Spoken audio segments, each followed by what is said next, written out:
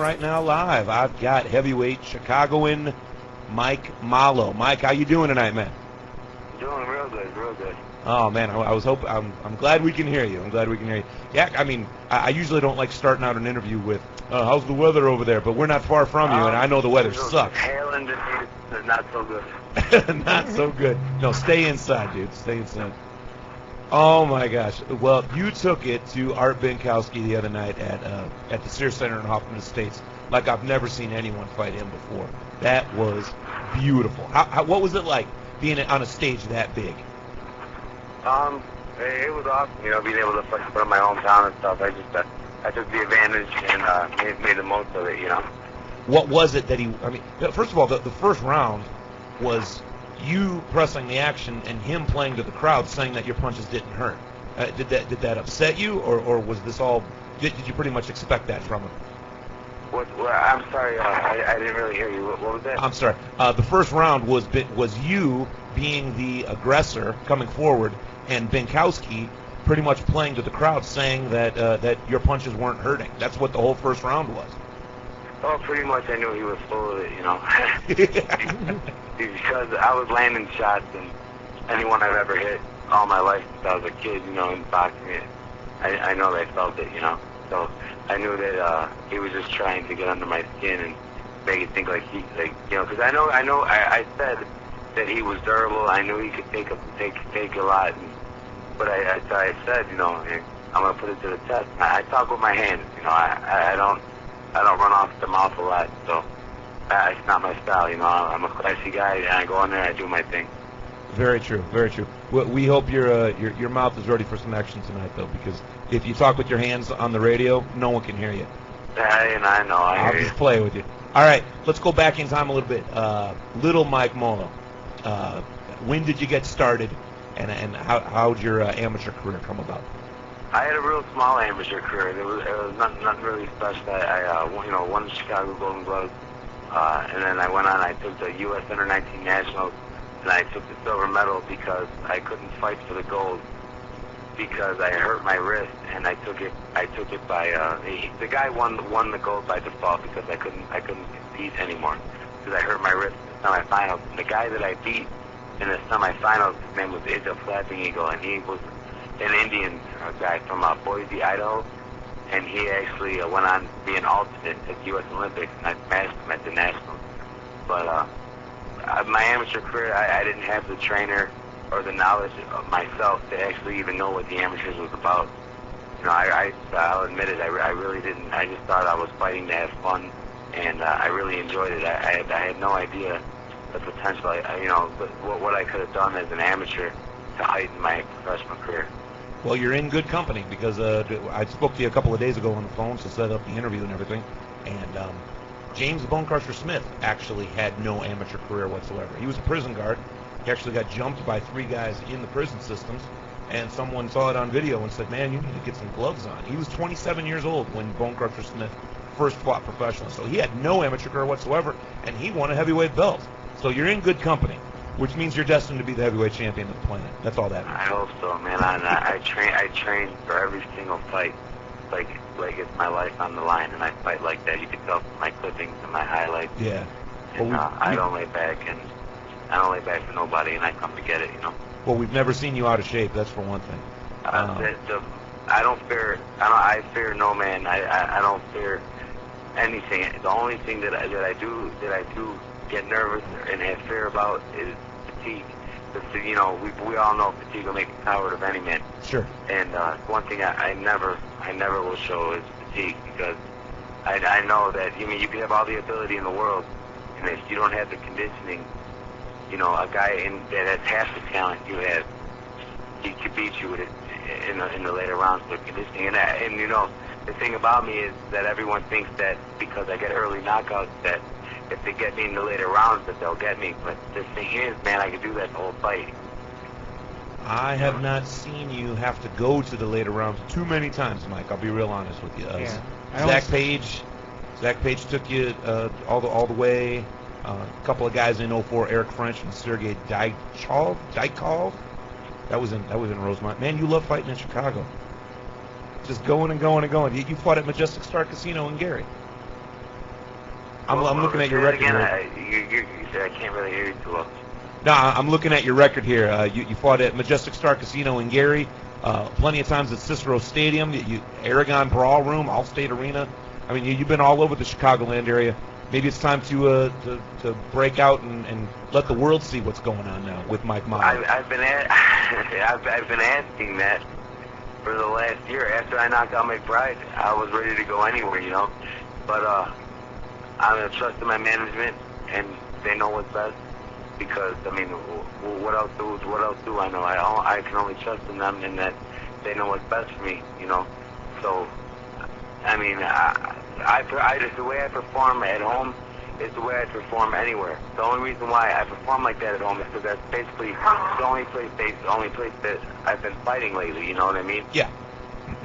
But I would do that anywhere I went. I would love to prove that and show that, you know.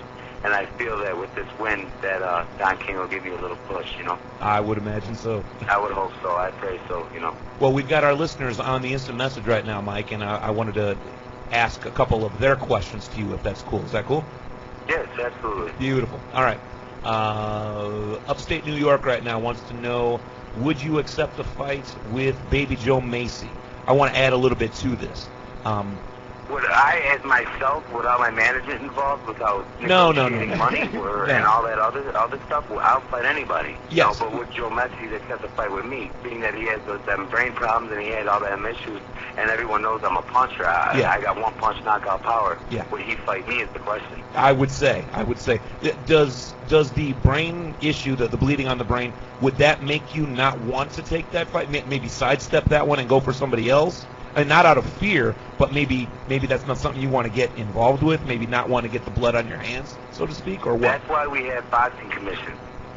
That's why we have doctors that make other men pass tests. If any man steps in the ring with me, it's 100% aggression 100% of the time.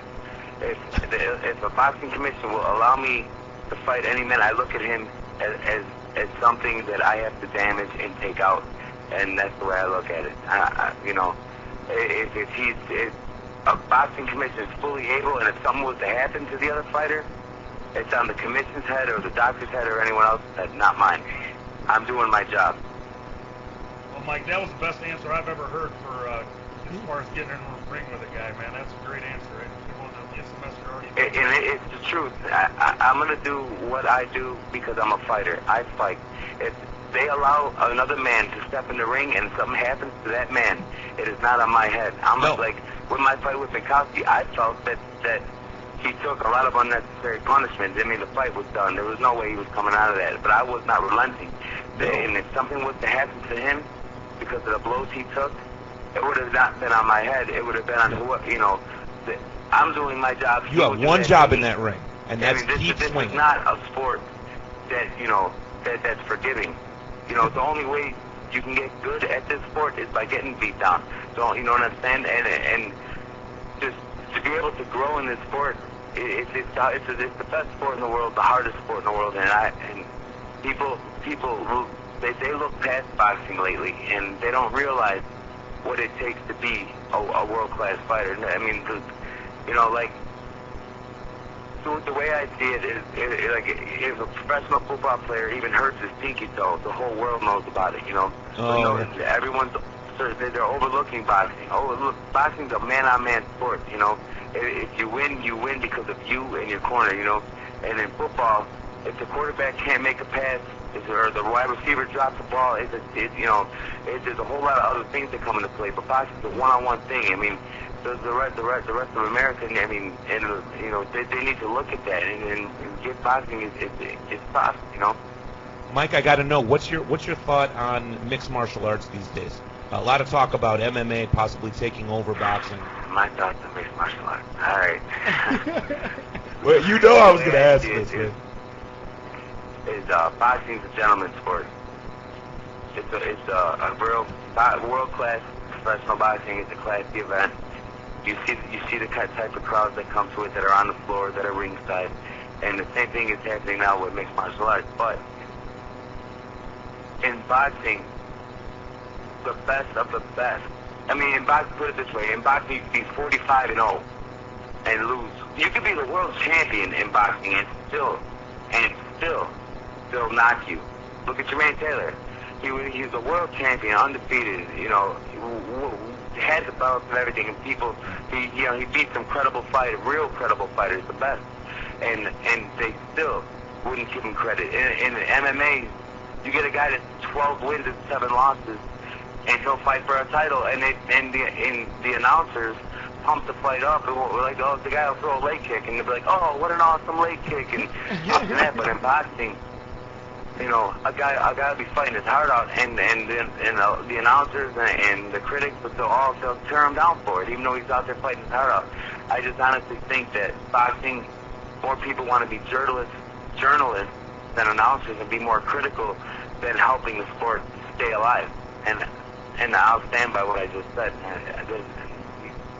A lot of people have agreed with me. Look at the boxing announcers. A lot of them are very, like, when I say boxing announcers, I'm talking about the people that represent the certain channels that show shows. They're very hard on the fighters. They're very hard. Yeah. In MMA, the fight will stink. The fight could be horrible. And the refs are like, this is an awesome fight. They're fighting their heart out. Well, the guys are fighting their heart out. They might not be that talented, but they're fighting their heart out. And the refs and the announcers, they bring that to notice. Do you understand what I'm saying? Yeah, of course I do. No, I think that in boxing, if the boxing world wants to keep it alive, I think that put it this way, the people at home that don't know boxing, like you guys know boxing, I know boxing, I watch boxing, I look at side steps, I look at movement, pivots, angles, you know, with a man setting a combination up with a jab, and the announcers are looking at it like that too, but they got to understand that 90% of the world does not know boxing. They're looking for action. Sure. And when the announcers start dogging of another fighter, then they start feeling that way too about the fighter. So I think that the announcers alone have a lot to do with the way boxing's been going and the way MMA's been going. Like Chuck Liddell, I mean, Chuck Liddell, he's the best, was the best striker in MMA. Personally, I think his striking is amateur. He's horrible. His chin's way in the air. His hands are down low. He don't tuck it. He's not tight. He throws punches all wide from anywhere. He doesn't come in with the jab. To me, I would rather go watch. I would rather watch a Golden Glove tournament than watch an MMA guy throw hands. Granted, they go down to the ground. I'd rather watch them just do jiu-jitsu, because I think that's more interesting than watch what the MMA world calls dirty boxing. They call it, oh, look at the dirty boxing. No, what it is it's lack of skill. Yeah. Period. You can't argue with me. No one can argue with me. No. That's the way it is. We've got our dirty MMA guys. It's called bad boxing. We've got our MMA guys here in the studio.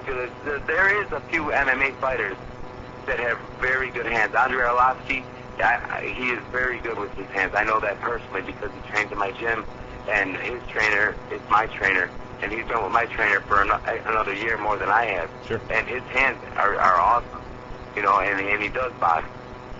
But the way I see it is that boxing, they need to do a little more of entertaining than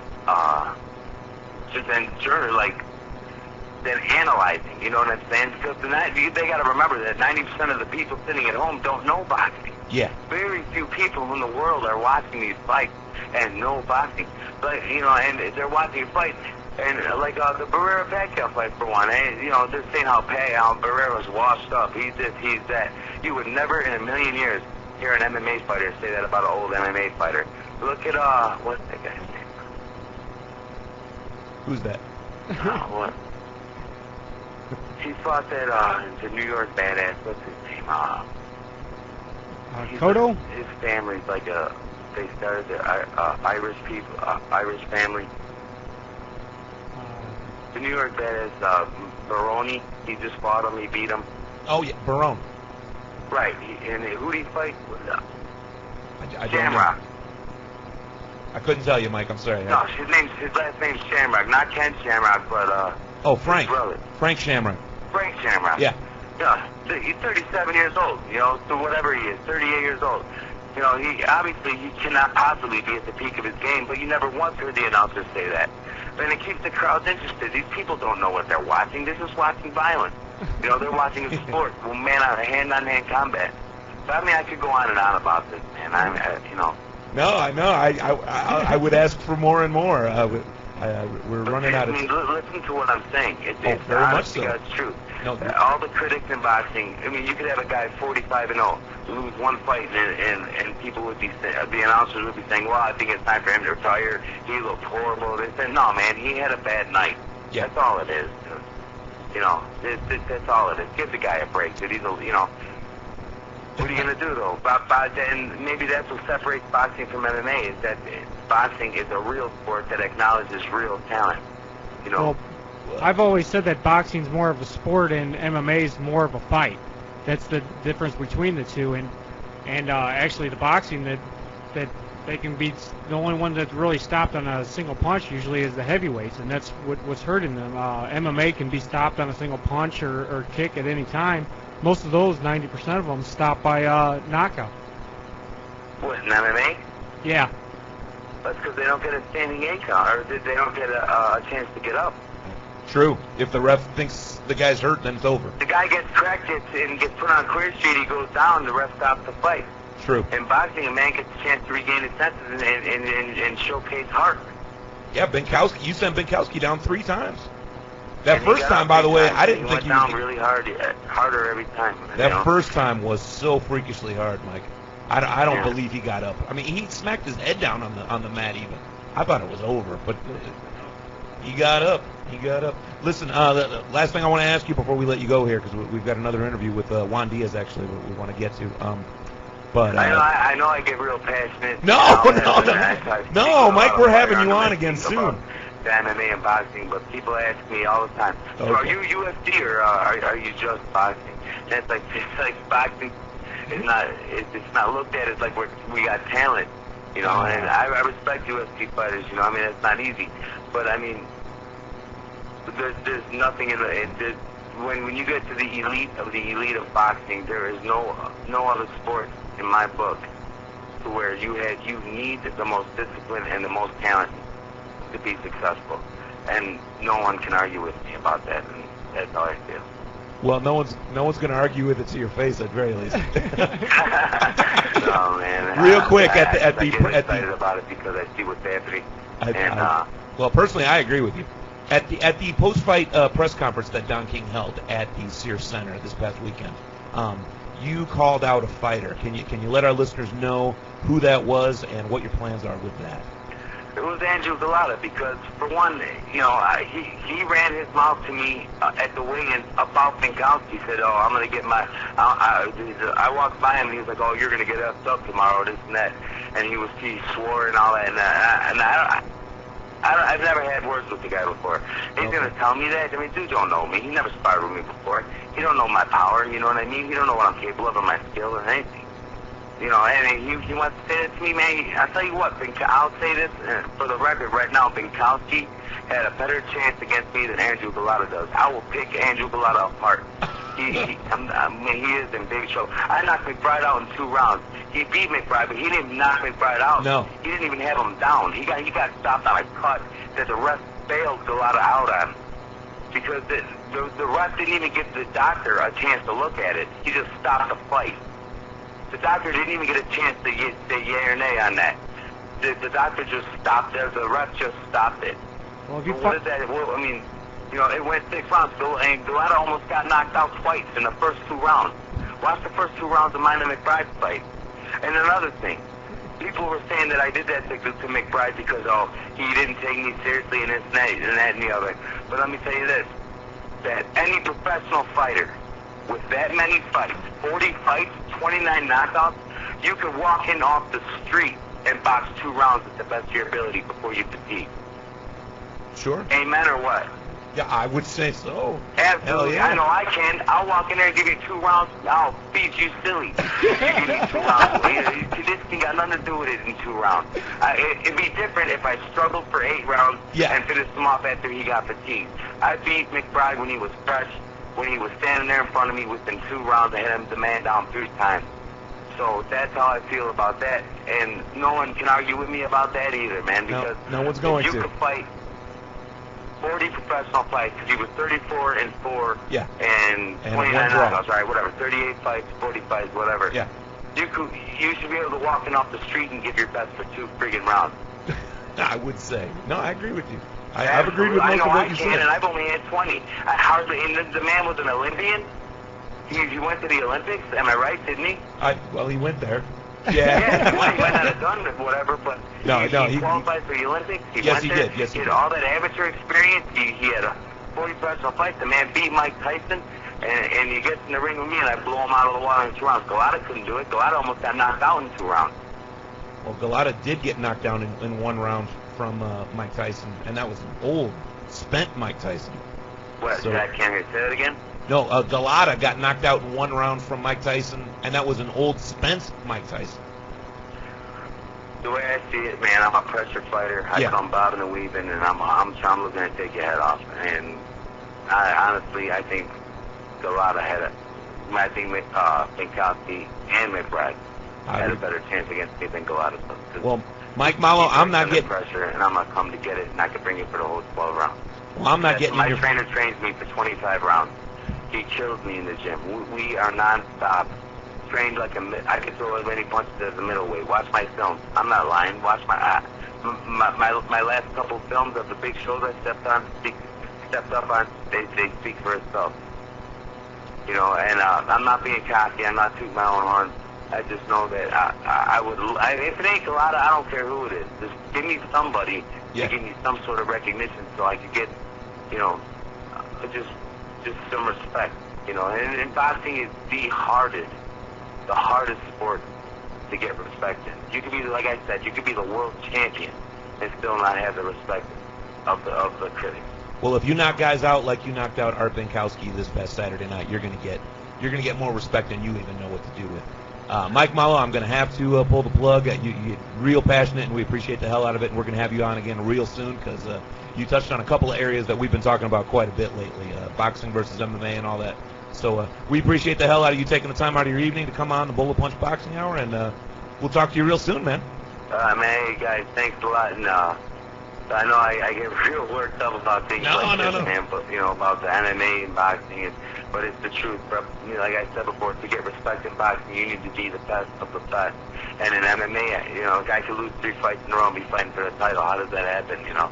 And, I mean, sometimes, you know, it happens either way, but in boxing, like I said, it is a gentleman's sport. It's a classy sport, and, you know, I just hope people start to look at boxing for more than what they've been seeing it as. Well, you're speaking our language there, Mike. Thank you so much. You, we will talk to you again real soon. Mike Mollo, everybody. All right, take care. All righty, bye-bye.